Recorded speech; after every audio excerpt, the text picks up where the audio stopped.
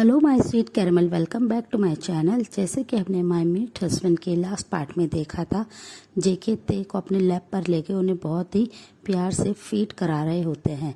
So friend, अब हम आगे की स्टोरी देखते हैं। जेके जब ते को फीड करा देते हैं तो वो अपने कोल्ड टोन में ते से कहते हैं, तुम जाओ और जाके रेस्ट करो, सो सकते हो तुम। ये सुनते ही ते जल्दी से उनके लैब से खड़े होकर उनसे दूर जाने लगते हैं, जिसे देखकर जेके स्मक करते हैं।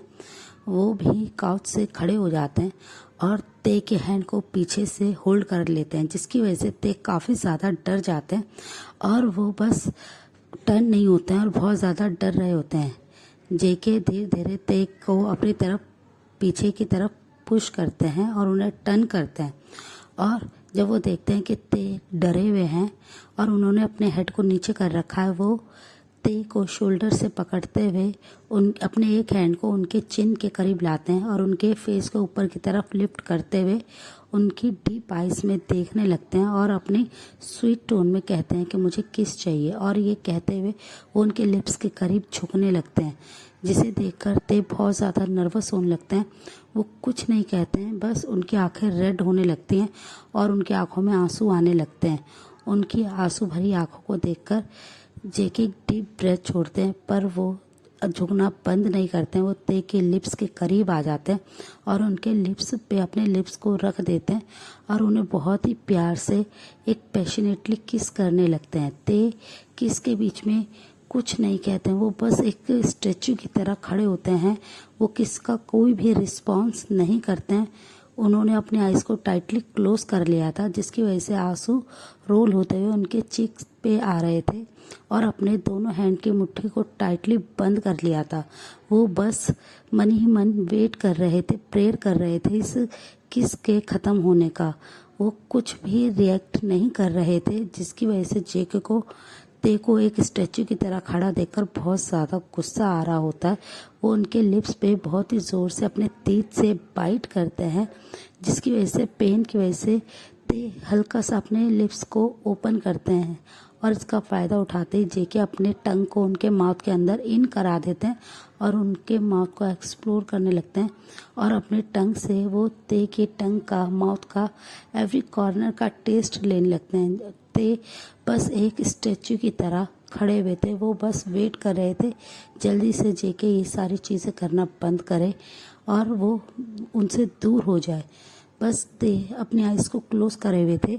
जेके जब देखते हैं कि ते अभी भी हॉट नहीं हो रहे हैं और वो कोई भी किसका रिस्पॉन्स नहीं दे रहे हैं, वो उनके माउथ से अपने टंग को बाहर निकालते हैं और उनके लिप्स पे सॉफ्टली किस करते हैं और उनसे दूर हो जाते हैं। जैसे ही वो दूर होते हैं, ते एक डीप ब्रेथ छोड़ते हैं और अपनी आंखों को ओपन करते हैं तो वो देखते हैं कि जेके उन्हें अपनी रेड आइज से बस उनकी तरफ ही घूर रहे हैं। उन्हें अपनी तरफ गुस्से में देखते हुए ते डर जाते हैं और अपने एक दो कदम को पीछे लेते हुए उनसे दूर हो जाते हैं, जिसे देखकर जेके को और भी ज़्यादा गुस्सा आता है और वो गुस्से में ते के शोल्डर को पकड़ते हैं और उन्हें झंझोड़ते हुए कहते हैं कि तुमने मेरे किस का रिस्पॉन्स क्यों नहीं करा, मैं किसी डेड बॉडी के साथ कुछ नहीं करना चाहता हूँ। और ये कहते हुए उन्हें पीछे की तरफ पुश कर देते हैं। ते बस उनके ऐसे रिएक्शन को देखकर बहुत ज़्यादा हर्ट होते हैं और वो मन ही मन कहते हैं कि तुम जैसे मॉन्स्टर के साथ मैं सिर्फ एक डेड बॉडी ही तो हूँ और क्या हूँ मैं। और ये सोचकर बस ते अपने फेस को नीचे कर लेते हैं। उन्हें ऐसे देखकर जेके और भी ज़्यादा इरिटेट होते हैं और वो अपनी कोल्ड वॉइस में कहते हैं, जल्दी से यहाँ से जाओ और जाके सो जाओ। ये कहकर वो टर्न हो जाते हैं। ते बस उनकी तरफ ना देखते हुए बहुत ही जल्दी से बेड पे चले जाते हैं और वो जल्दी से बेड पे आके लेट जाते हैं। अपनी पूरी बॉडी को ब्लैंकेट से कवर कर लेते हैं। जेके जब देखते हैं, टर्न होते हैं कि ते अपनी पूरी बॉडी को ब्लैंकेट से कवर करे हुए हैं, उन्हें ऐसे देखकर जेके स्माइल करते हैं और कहते हैं कि तुम सच्ची में एक बहुत ही ज़्यादा क्यूट हो, एक बेबी टाइगर की तरह हो, तुम बहुत ज़्यादा सॉफ्ट हो, तुम्हारे सॉफ्ट लिप्स से मैं दूर नहीं रह पाता हूँ, तुम्हारा टेस्ट बहुत यमी है। और वो मन में ऐसे थॉट सोचते हुए अपने लोअर लिप को बाइट कर लेते हैं और फिर वो कुछ ही देर के बाद अपने रूम से बाहर आ जाते हैं। जिमिन और शुगा बहुत ज़्यादा अभी भी परेशान थे। जिमिन जैसे ही जेके को देखते हैं, जेके से कहते हैं, जेके प्लीज़ तुम मेरी बात सुनो, कुकी तुम इधर आओ। और वो उनके हैंड को पकड़ के अपने पास लेके जाते और कहते हैं वो बॉय बहुत ज़्यादा क्यूट है, वो एक लिटिल बॉय है, तुम उसके साथ ऐसा कैसे कर सकते हो? तुमने अपनी दुश्मनी की वजह से उसे इतना ज़्यादा हर्ट और पेन क्यों दिया? तुमने उसे फोर्स मैरिज करी है, वो इतना ज़्यादा लिटिल है, वो देखा नहीं तुम्हारे साथ कैसे डर के रहता है, तुम्हें थोड़ा तो समझना चाहिए। तभी जेके उनसे कहते हैं योंग, मैं आपसे कह चुका हूँ ना, क्या वो मेरा हस्बैंड है, मैं उसे नहीं जाने दूंगा। ये सुनते ही शुगा उनसे कहते हैं पर मैं और जेमिन उसे उसके पेरेंट्स के पास भेजने वाले हैं और इसके लिए तुम रेडी रहो और तुम कुछ नहीं कहोगे। ये सुनते ही जेके खड़े हो जाते हैं और गुस्से में उन दोनों की तरफ देखते हुए कहते हैं आप दोनों क्या चाहते हैं, मैं ते को यहाँ से लेके कहीं दूर चला जाऊँ? मैं उसे कहीं नहीं जाने दूंगा। तभी जिमिन उनसे कहते हैं कि क्या तुम ते को प्यार करते हो?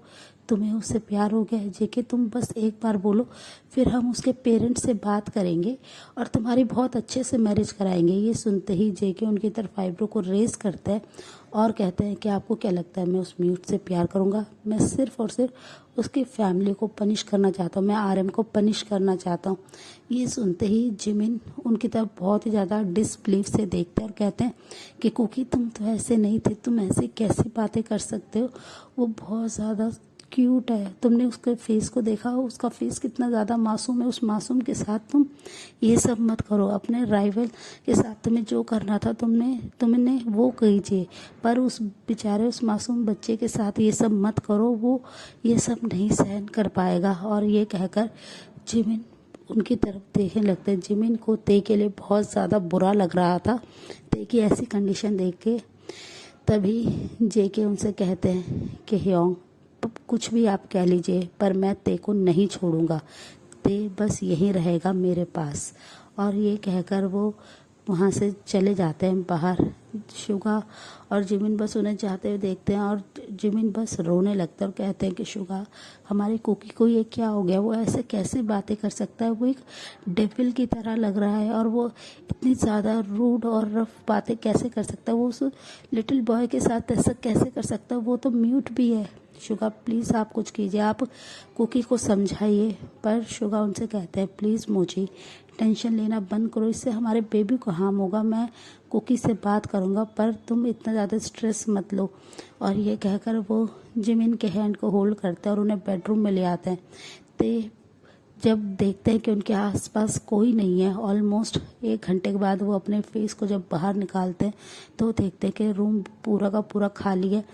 ते जल्दी से अपनी बॉडी पे से ब्लैंकेट को हटाते हैं और वो ठीक से बेड पे बैठ जाते हैं और वो बस पूरे रूम को देखने लगते हैं। रूम इतना बड़ा था जिसे देखते हुए ते बहुत ज़्यादा शॉक्ड होते हैं और वो बस इधर उधर देखने लगते हैं पर उन्हें कुछ भी समझ नहीं आता है।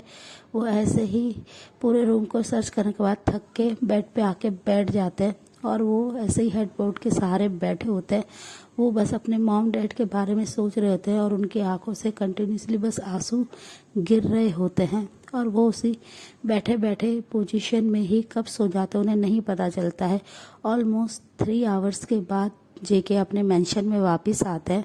जब अपने रूम के डोर को ओपन करते हैं तो वो देखते हैं कि ते बैठे ही पोजीशन में हेडबोर्ड के साथ वो बैठे हुए हैं बेड के और वो सो रहे हैं, जिसे देखकर जेके के फेस पे एक स्माइल आ जाती है।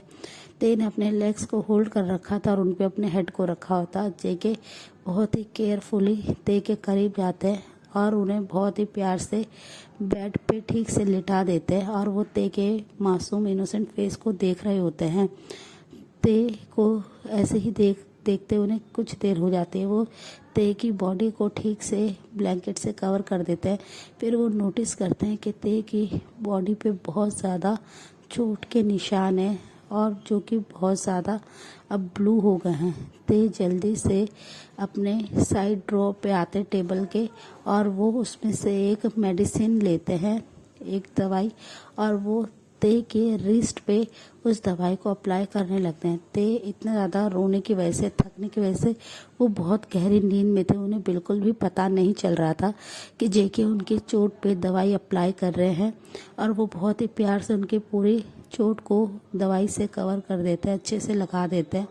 और वो बस ते की तरफ देख रहे थे और कहते हैं, सॉरी बेबी, मैंने तुम्हें इतना ज़्यादा हर्ट करा, पर मैं तुम्हें अपने पास रखने के लिए कुछ भी करूँगा। मैं पहले तुम्हारे डैड को पनिश करना चाहता था, पर अब मैं सिर्फ़ और सिर्फ तुम्हारे लिए ये सब करना चाहता हूँ। तुम मेरे सिवा किसी के पास नहीं जाओगे, तुम अब से सिर्फ और सिर्फ मेरे पास रहोगे और तुम्हें कोई नहीं देखेगा। और ये कहकर वो बस एक डेविल से स्माइल करते हैं। फिर वो जल्दी से वॉशरूम में जाते हैं, फ्रेश होते हैं और क्लोथ्स को चेंज करके आके ते के साथ बेड पे ज्वाइन कर लेते हैं। वो ते के वेस्ट के अराउंड बहुत ही टाइटली अपने हैंड को ग्रैब कर लेते हैं, जिससे ते उनसे कहीं भी दूर ना चले जाएं। नेक्स्ट डे मॉर्निंग में जिमिन उनके रूम पे नॉक करते हैं। नॉक की आवाज़ सुनकर ते एकदम से अपनी आइज़ को ओपन करते हैं तो वो देखते हैं कि वो बेड पे अकेले हैं। ते कुछ समझ नहीं पा रहे होते हैं कि बाहर कौन है। वो जल्दी से बस बेड पे ठीक से बैठ जाते हैं। तभी जिमिन डोर को ओपन करके अपने हैंड में कुछ फूड को लेकर आते हैं और वो ते की तरफ देखने लगते हैं। ते से वो बात करते हैं, पर ते कोई भी आंसर नहीं करते और ते इशारे में बताते हैं वो म्यूट है।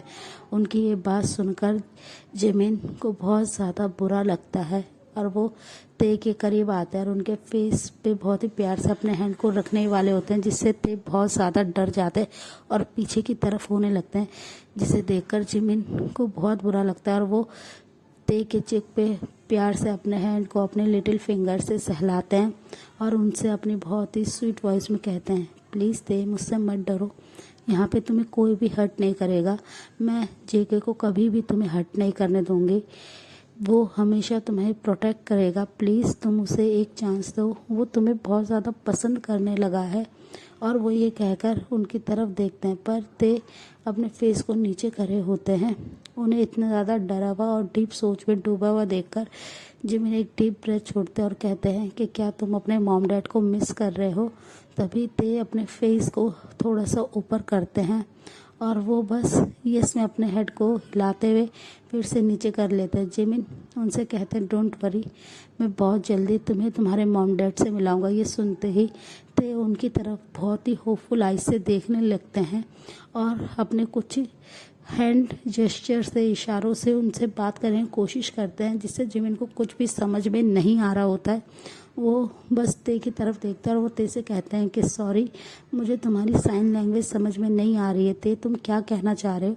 फिर ते इधर उधर ढूंढते हैं और वो जल्दी से टेबल के करीब जाते हैं, ड्रॉर के करीब, और उसमें से पेन पेपर लेते हैं और वो लिख के देने लगते हैं, प्लीज़ आप मुझे यहाँ से भेज दीजिए, मैं अपने मॉम डैड के पास जाना चाहता हूँ, मैं यहाँ पे नहीं रहना चाहता, मैं उस मॉन्स्टर के साथ नहीं रहना चाहता हूँ, प्लीज़ आप मेरी हेल्प कीजिए। और वो ये कहते हुए लिख भी रहे थे बहुत ही फास्टली और रो भी रहे थे। उनके आंसू की बूंदें पेपर पे गिर रही थी और पेपर गीला हो रहा था, जिसे देखकर जिमिन को दुख होता है। सो फ्रेंड, इस पार्ट को हम यहीं एंड करते हैं, मिलते हैं नेक्स्ट पार्ट में। तब तक आप मेरे वीडियो को लाइक शेयर कीजिए और चैनल को सब्सक्राइब कीजिए। Bye bye, take care.